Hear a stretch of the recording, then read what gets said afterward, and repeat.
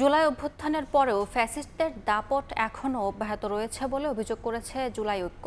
বৃহস্পতিবার রাত 10টায় ঢাকা বিশ্ববিদ্যালয়ের বিক্ষোভ সমাবেশ এবং মশাল মিছিল থেকে এ অভিযোগ করা হয়। প্ল্যাটফর্মটির নেতাকর্মীরা বলেন, আওয়ামী লীগের দোসররা এখনও বিভিন্ন মন্ত্রণালয়ে বহাল তবিয়ত রয়েছে।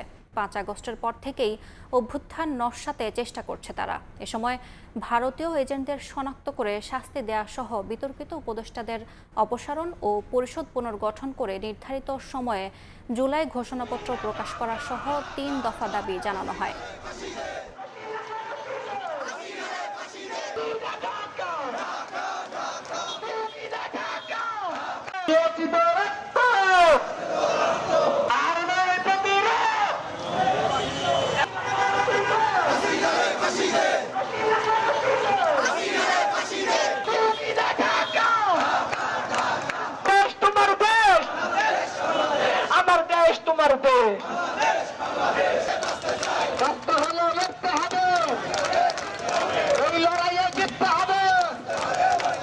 বাংলাদেশের স্বাধীনতা সার্বভৌমত্ব রক্ষার স্বার্থে, ভারতীয় আধিপত্য থেকে মুক্ত হওয়ার স্বার্থে, মার্কিন আধিপত্য থেকে মুক্ত হওয়ার স্বার্থে প্রতিটা বিপ্লবী যুদ্ধকে নিজের তাগিদে এক হতে হবে।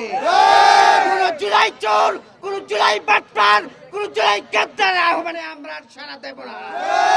আমরা জুলাই ঐক্যের মাধ্যমে, এই প্ল্যাটফর্মের মাধ্যমে বাংলাদেশের স্বাধীনতা সার্বভৌমত্বের অতন্দ্রী প্রহরিত হতে চাই। আপনারা সবাই রাজি আছেন কিনা বলেন? আমরা যখনই জুলাই ঐক্যের ডাক আসবে, যখনই জুলাই ঐক্যের মাধ্যমে বাংলাদেশের যখনই ক্রান্তিকাল আসবে, যখনই বাংলাদেশের স্বাধীনতা হুমকির মুখে পড়বে, যখনই বাংলাদেশের সার্বভৌমত্ব হুমকির মুখে পড়বে, যখনই কচুক্ষেত থেকে কেউ হুমকি দিবে, যখনই দিল্লি থেকে কেউ হুমকি দিবে, আমরা বুক পেতে, সিনা পেতে আবার রাজপথে জারিয়ে দেব, ঠিক কিনা বলে? সুতরাং আমরা বলতে চাই, যারা এই ঐক্যের মধ্যে বিভেদ সৃষ্টি করে তাদেরকে হুঁশিয়ার দিতে চাই, জুলাই জনতা ঘুমিয়ে যায়নি। আমরা প্রয়োজনে আবারও বুকের তাজা রক্ত দিলে আরেকটা জুলাই বিপ্লব সাধন করব, কিন্তু বাংলাদেশের স্বাধীনতা সার্বভৌমত্ব নস্যাৎ হতে দেব না। আওয়ামী লীগ নিষিদ্ধের দাবিতে সারা বাংলাদেশের আপামর জনতা যখন রাজপথে নেমে এসেছিল, সেই জনক্ষোভের মুখে পড়ে আওয়ামী লীগকে নিষিদ্ধ করেছিল।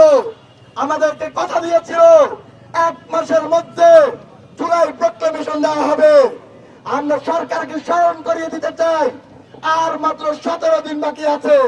যদি জুলাই প্রক্লেমেশন না দেওয়া হয়, জুলাই ঐক্য এদেশের আপামর জনতাকে সাথে নিয়ে আবারও রাজপথে নেমে আসবে। আমরা সতর্ক করে দিতে চাই, ডক্টর ইউনূস সাহেব, আমরা আপনার উপর দেশ যখন ক্রান্তি লগ্নে তখন আস্থা রেখেছিলাম। আমরা আস্থা রাখতে চাই, দেশকে নতুন কোন খাদে পতিত হোক সেটা আমরা চাই না, কিন্তু আপনার আশপাশে যারা জুলাই রক্তের সাথে বেইমানি করছে তাদেরকে চিহ্নিত করে কার্যকর ব্যবস্থা গ্রহণ করুন।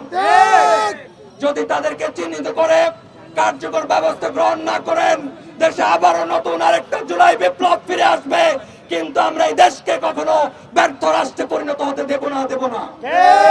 আমরা স্পষ্ট করে বলতে চাই, যারা নির্বাচন করছেন, যারা ক্ষমতার দাপট দেখাচ্ছেন, এই দাপট থাকবে না।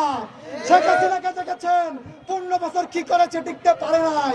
আপনারা 9 মাস কিভাবে টিকবেন? এত সহজ না। আমরা গত 20 তারিখ আলটিমেটাম দিয়েছিলাম। গত 20 তারিখ প্রেস ক্লাব থেকে বলেছি, আগামী 31 মে, তারিখটা আবার স্মরণ করাই দিচ্ছি, আগামী 31 মের মধ্যে যদি দোসর মুক্ত সচিবালয় না করা হয়, তাহলে জুলাই ঐক্যের মাধ্যমে পুরো সচিবালয় ঘেরাও কর্মসূচি দেওয়া হবে। আমরা বিলম্বে বলতে চাই, কচু ক্ষেত বুঝি না, নীল ক্ষেত বুঝি না, লাল ক্ষেত বুঝি না। আমরা বুঝি বাংলাদেশ।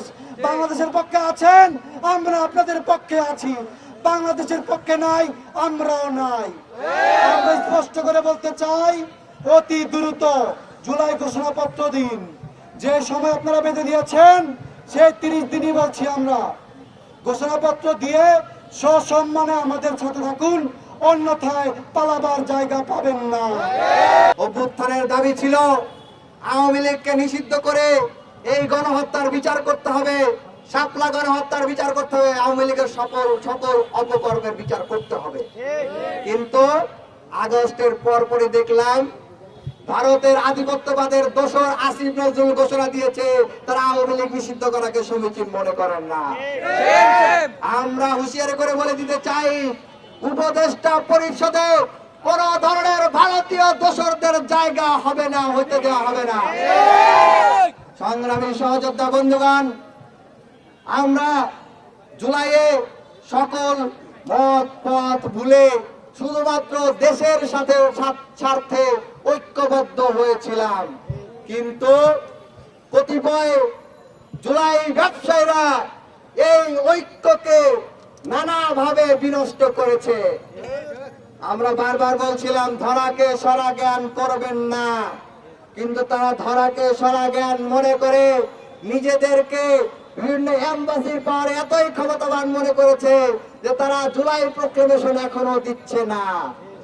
আমরা হুঁশিয়ারি করে বলে দিতে চাই, যারা যারা প্রশাসনে উপদেষ্টা পরিষদে যে সকল ব্যক্তিবর্গ ভারতীয় আধিপত্যবাদের এজেন্ডা বাস্তবায়ন করছেন তাদেরকে অবিলম্বে অপসারণ করতে হবে, তা না হলে ছাত্র জনতা বাধ্য হবে জুলাইয়ের মতো আপনাদের বিরুদ্ধে আরেকটা ঐক্য গড়ে তুলতে।